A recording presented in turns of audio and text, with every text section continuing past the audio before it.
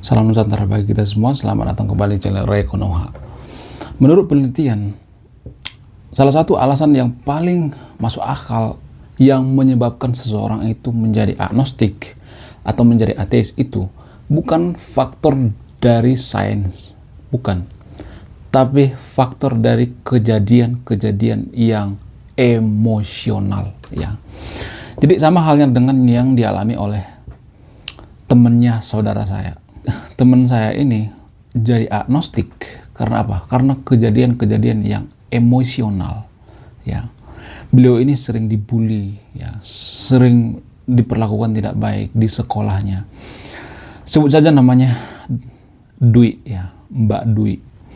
Mbak Dwi ini sekarang umurnya sudah 20 tahunan, ya. Jadi kejadian ini sebenarnya terjadi pada saat Mbak Dwi ini SD. Kebetulan Mbak Dwi ini tinggal di daerah atau di wilayah yang mayoritas beragama agama mayoritas di Konoha, ya. Dan Mbak Dwi ini adalah minoritas. Agamanya beda lah dari agama mayoritas di Konoha. Dari kecil Mbak Dwi ini diperlakukan tidak manusiawi, ya. Kadang dikata-katain kafir, ya. Kadang dikata-katain sesat. Pokoknya beliau ini tiap hari diperlakukan dengan tidak toleran, ya. Bahkan yang paling anehnya gurunya juga ikut gitu mengata-ngatain Mbak Dwi ini. Bahkan yang paling anehnya lagi, Mbak Dwi ini dipaksa memakai pakaian seperti agama mayoritas di Konoha, ya, seperti penutup kepala, ya. Kebetulan Mbak Dwi ini kan minoritas, ya, tapi dipaksa. Jadi agama di sekolahnya Mbak Dwi ini, agama minoritas itu sangat sedikit, bisa dibilang sangat sedikit, ya, 0, sekian persen. Cuman ada 10 orang, ya, dari kelas 1 sampai kelas 6 SD itu cuman ada 10 orang. Jadi di sana rata-rata mayoritas beragama mayoritas di Konoha, ya. Dari kecil Mbak Dwi ini diperlakukan tidak baik, ya. Dari kecil sering dikata-katain, mohon maaf, ya, anjing gitu, najis, ya. Jadi pada saat Mbak Dwi ini cerita dengan saya, beliau ini menetaskan air mata. Serius, saya juga sangat prihatin. Saya juga sangat sedih, ya. Karena saya juga pernah mengalami seperti yang dialami oleh Mbak Dwi ini. Jadi beliau tidak cerita juga, saya juga udah tahu sebenarnya.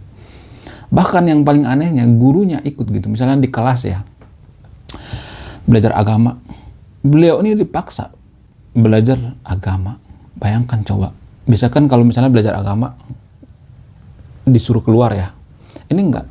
Kebetulan Mbak Dwi ini salah satu yang beragama minoritas, ya. Dan anehnya ketika belajar agama, beliau ini tidak disuruh keluar.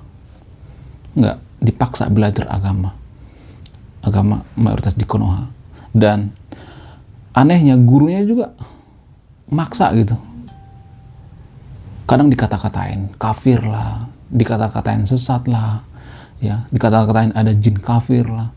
Jadi dari kecil beliau ini sudah dibully gitu, sudah sangat sering menerima perlakuan-perlakuan intoleransi. Tapi beliau ini tidak pernah cerita sama orang tuanya gitu, tidak pernah cerita sama orang tuanya.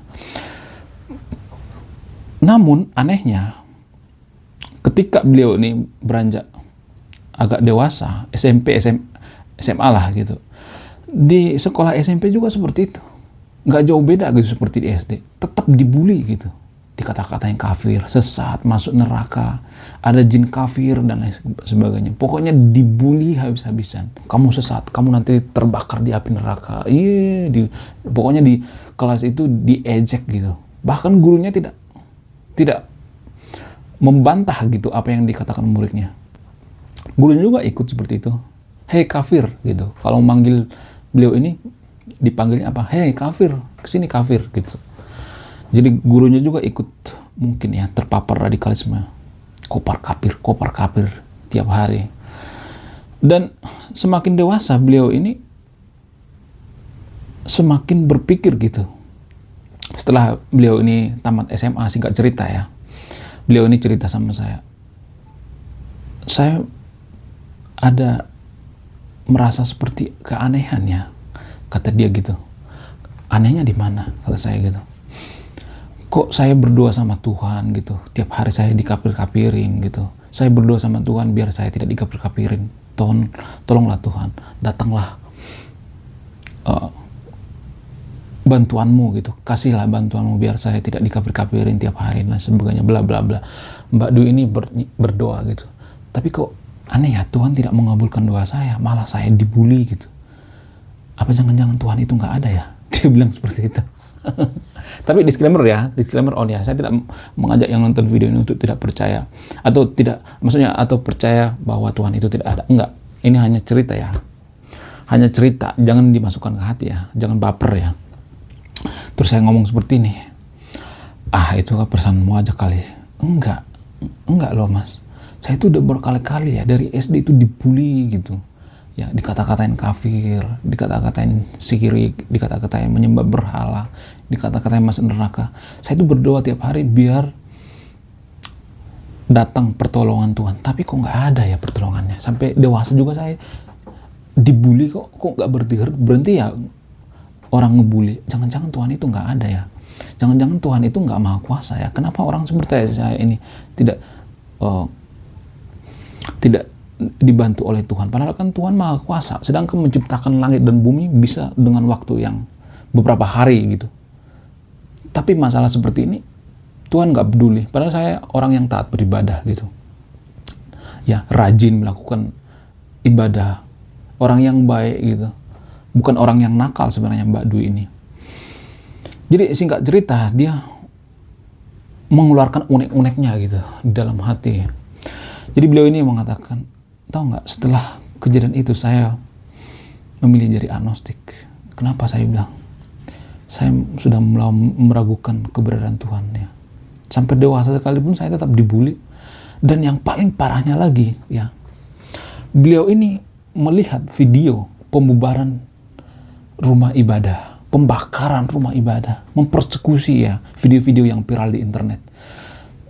Dan semenjak kejadian itu, semenjak beliau ini melihat video-video ya di internet gitu, saling mempersekusi rumah ibadah dan lain sebagainya ya. Orang teriak-teriak kafir gitu, musnahkan ya, demo dan lain sebagainya. Mbak Dwi ini semakin penasaran dengan agama, dan beliau ini mempelajari agama. Semuanya dipelajari agama, semua dipelajari, terutama agama samawi. Dan beliau ini menemukan fakta-fakta yang menarik gitu. Sebenarnya saya udah tahu ya fakta-fakta ini sebelumnya. Dia mengatakan ternyata agama itu ciptaan manusia menurut antropologi, kata dia seperti itu. Terus saya bilang ini, jangan ngomong situ, nggak boleh. Enggak, bener mas.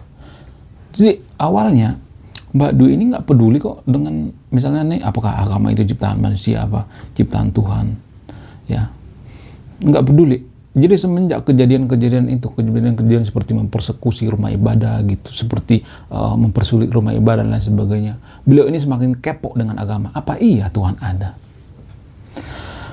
Dan beliau ini memutuskan menjadi agnostik secara diam-diam ya, tapi keluarganya nggak tahu ya, ngebunglon lah istilahnya. Dalam hati dia berpikir agama ini ciptaan manusia. Kalau beliau ini berpikir, kalau Tuhan menciptakan agama, tidak mungkin Tuhan menurunkan kitab suci yang ada isi ayat-ayat peperangan. Di kitab suci kan ada ayat-ayat tuh, perangilah ya, bunuhlah ya. Kan ada banyak seperti itu ya. Ada ratusan ayat-ayat seperti itu ya di kitab suci ya. Kitab suci agama tertentu di Konoha ya, bukan semua agama. Ini hanya di Konoha ya, bukan di Indonesia. Saya nggak ada urusan dengan orang Indonesia ya. Saya tidak ada urusan dengan agama Indonesia. Ini hanya agama di Konoha. Jadi Mbak Dwi ini meneliti gitu, kenapa di dalam kitab suci itu ada kisah-kisah perang yang katanya kisah-kisah perang ini turun dari Tuhan. Tidak mungkin Tuhan mau umatnya berperang, buat apa? Kalau misalnya itu konteksnya pada saat zaman dulu, konteksnya kenapa sampai sekarang itu masih dilafalkan gitu? Apa karena ini orang-orang jadi suka mempersekusi rumah ibadah orang lain gitu, terpapar radikalisme? Apa karena ini? Beliau ini meneliti sampai sejauh itu. Terus saya hanya bisa diam, nggak bisa membantah gitu ketika kita ngobrol. Saya juga berpikir, iya juga ya, kenapa Tuhan menciptakan kitab suci yang ada isi ayat-ayat perang buat apa? Apa Tuhan seiseng itu? Apa Tuhan sepsikopat itu? Apa tujuan Tuhan menuliskan kitab suci yang ada ayat-ayat perang? Ini yang bikin saya juga berpikir dua kali ya. Iya juga ya. Jadi di antara sahabat yang nonton video ini, kalau misalnya nih ada niat gitu mempersekusi rumah ibadah orang lain gitu ya, biar orang lain itu pindah ke agama kita, biar orang lain itu terusik dan lain sebagainya. Kalau ada yang berpikiran seperti itu, Anda salah besar.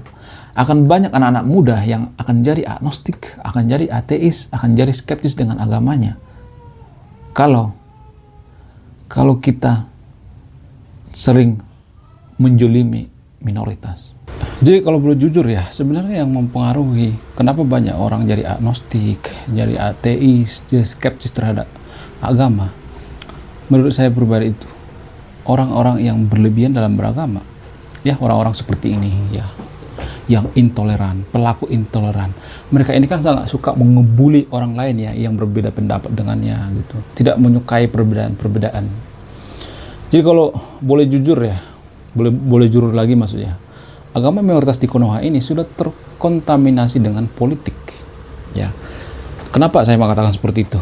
Karena sudah ada kepentingan politik di situ.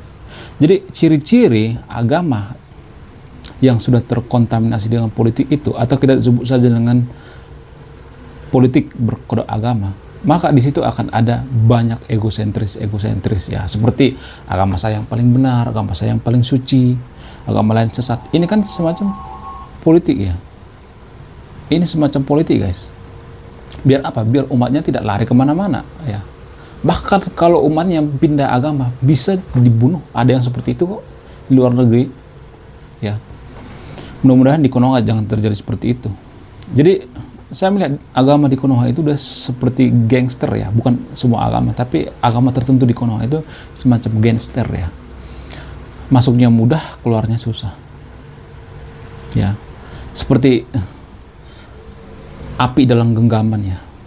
Digenggam sakit, dilepas juga sakit ya. Seperti menggenggam bara ya dalam tangan.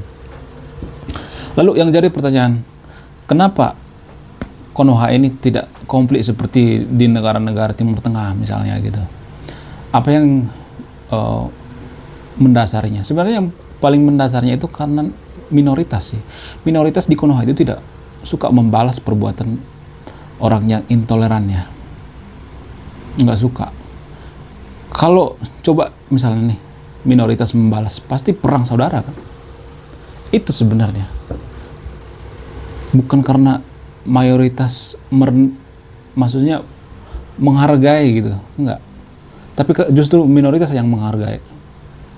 Ya, karena minoritas ada sebagian yang takut ya terhadap yang melakukan intoleran ini ya. Tapi sebagian lagi ada yang berbesar hati gitu, sangat dewasa. Bahkan ada sebagian lagi seperti Mbak Dwi ini yang memilih untuk skeptis terhadap agama, jadi agnostik, ateis. Ini yang paling parah ya. Makanya saya katakan sumber daripada orang-orang jadi ateis, agnostik itu adalah kaum intoleran ini sebenarnya. Sehingga orang peduli amat dengan agama, bodoh amat dengan agama. Apaan sih peduli banget dengan agama? Bosan gitu. Banyak orang berpikiran seperti itu. Karena apa? Karena ulah daripada pembulian daripada orang-orang intoleran. Coba bayangkan Anda di posisi Mbak Dwi ini, dari kecil, dari SD ya, dibully gitu, dikata-katain kafir, sesat lah, apalah, masuk neraka lah. Tiap hari dibully, bahkan gurunya juga ngebully. Coba bayangkan, apa nggak skeptis Anda terhadap agama Anda? Apa nggak bodoh amat Anda terhadap agama Anda? Mbak Dwi ini berpikir, gara-gara agama ini saya jadi terbully, gara-gara agama sialan ini saya jadi terbully, makan tuh agama. Itu yang ada di pikiran Mbak Dwi ini ya. Saya juga sebenarnya kalau boleh jujur sangat kesel yang namanya pelaku intoleran. Bahkan melihat video-video pembubaran ibadah paksa misalnya ya, mempersulit membakar rumah ibadah orang lain misalnya, ya, menghancurkan rumah ibadah orang lain, ya, sambil teriak-teriak Tuhan gitu. Ini yang sebenarnya yang paling mempengaruhi saya terhadap skeptisme dengan agama. Ya, dulu saya tidak terlalu skeptis dengan agama, sama seperti kasus Mbak Dwi ini, nggak terlalu skeptis dengan agama. Ya kalau ibadah gitu, ya doa gitu, nggak terlalu skeptis. Ya lurus-lurus aja, pikiran saya dulu lurus aja. Namun ada saat dimana momen, ya, sama seperti yang dialami oleh Mbak Dwi ini, saya dibully gitu, ya, hampir dipersekusi, hampir, ya, karena minoritas. Dan itu yang bikin saya skeptis terhadap agama. Dan menurut saya itu, kalau boleh jujur ya, negara-negara yang lebih damai gitu, lebih jujur gitu, ya, lebih bermoral itu justru negara-negara yang mayoritas agnostik, ya, ateis. Jadi kalau lu pengen tahu, ya, kejujuran atau kebenaran daripada agama itu, tanyalah agnostik. Karena dia akan mengatakan yang sejujurnya.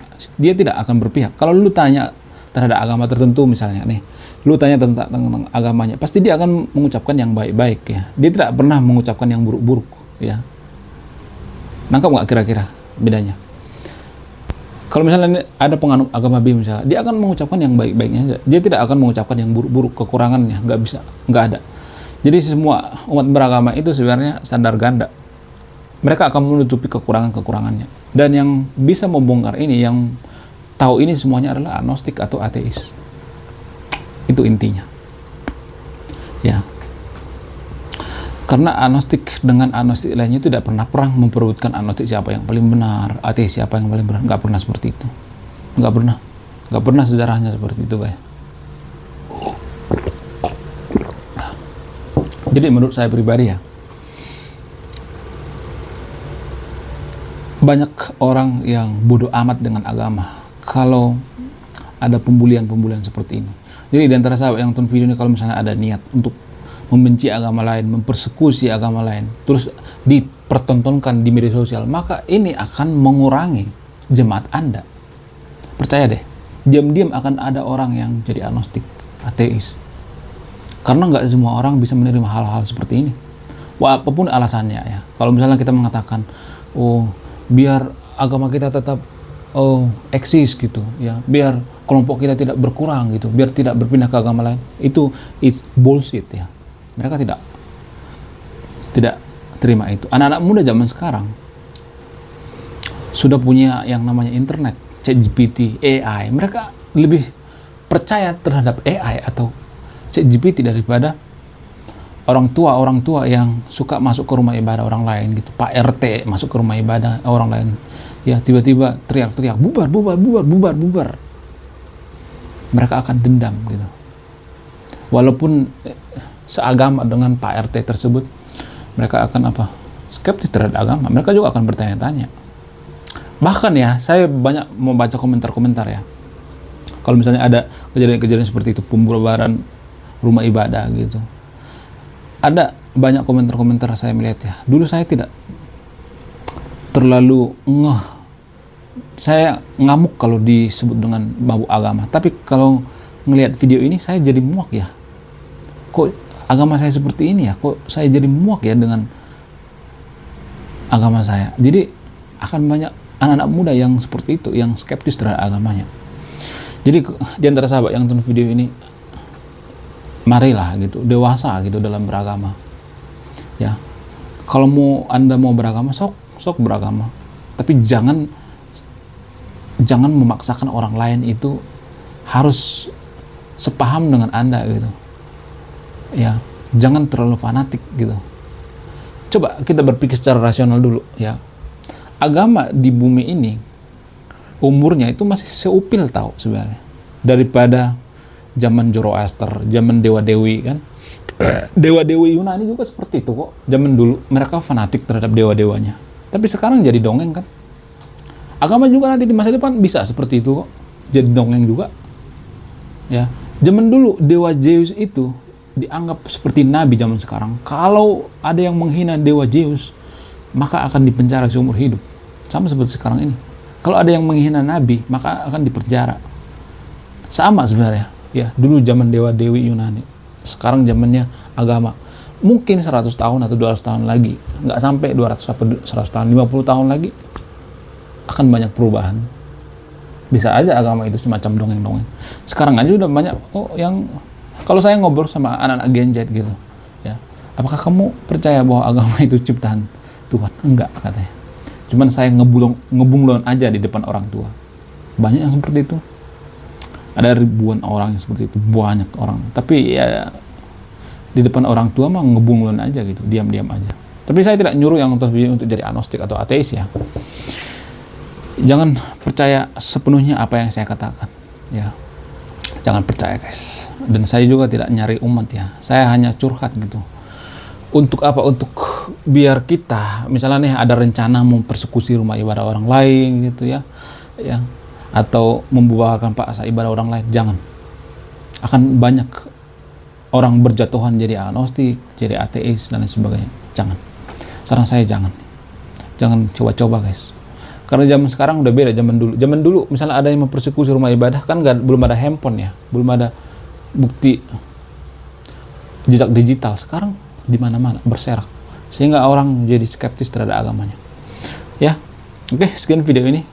Semoga Anda tidak bingung apa yang saya katakan. Semoga Anda tidak keblinger gitu apa yang saya katakan. Saya Ray Konoha, salam rasional.